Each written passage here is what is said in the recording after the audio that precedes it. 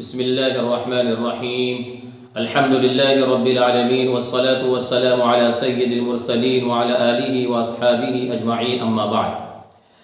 محترم ناظرین، نماز کے ارکان میں سے ایک رکن دو سجدوں کے درمیان بیٹھنا، جسے جلسہ بین السجدتین کہتے ہیں، اور اس میں طمانینت اختیار کرنا۔ طمانینت کا مطلب یہ ہے ایک قسم کا اطمینان اور ایک قسم کا ٹھہراؤ حاصل ہو جائے،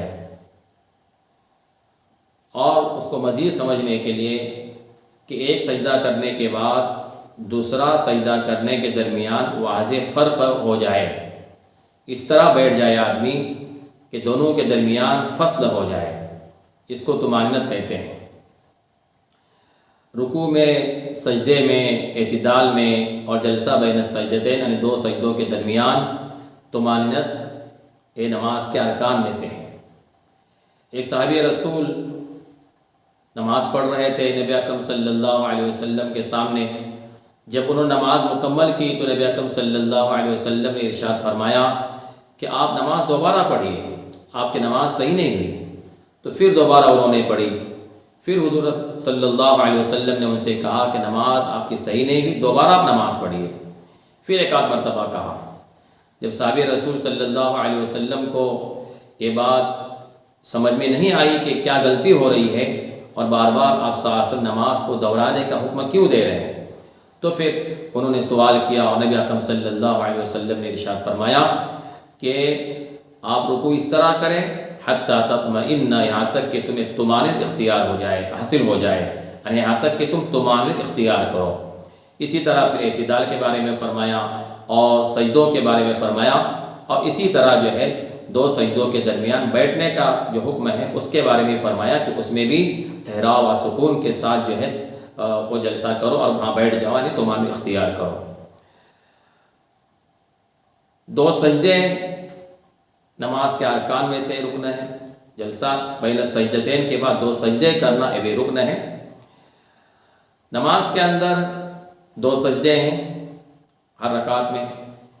نماز کے باہر جلسہ سجدہ تلاوت ہے، اسی طرح سجدہ شکر ہے، اور نماز کے اندر ایک قسم کا سجدہ کبھی سہو کے لائق ہونے کی وجہ سے سجدہ سہو کے طور پر کیا جاتا ہے۔ اس کے علاوہ کوئی اور سجدہ نہیں ہے۔ بہت سے لوگ نماز کے باہر مستقل جو ہے دعا کے لیے سجدہ کرتے ہیں اور سجدے میں جا کر دعائیں کرتے رہتے ہیں۔ اس طرح کا سجدہ کرنا حدیث سے، قرآن سے، شریعت سے ثابت نہیں ہے۔ مستقل سجدہ نہ کیا جائے۔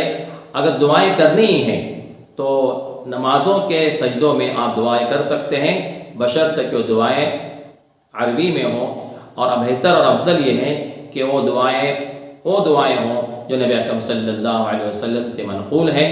اگر امام ہے تو وہ دعائیں نہ کریں تاکہ مقتدیوں کی نماز کے لمبی ہونے کی وجہ سے تکلیف نہ ہو۔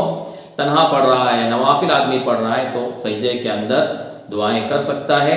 نبی اکرم صلی اللہ علیہ وسلم نے ارشاد فرمایا ہے کہ بندہ سب سے زیادہ قریب جو ہے اللہ سے سجدے کی حالت میں ہوتا ہے۔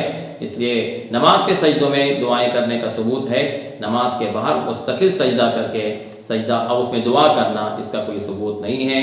واللہ اعلم بالصواب، وآخر دعوانا الحمد للہ رب العالمین۔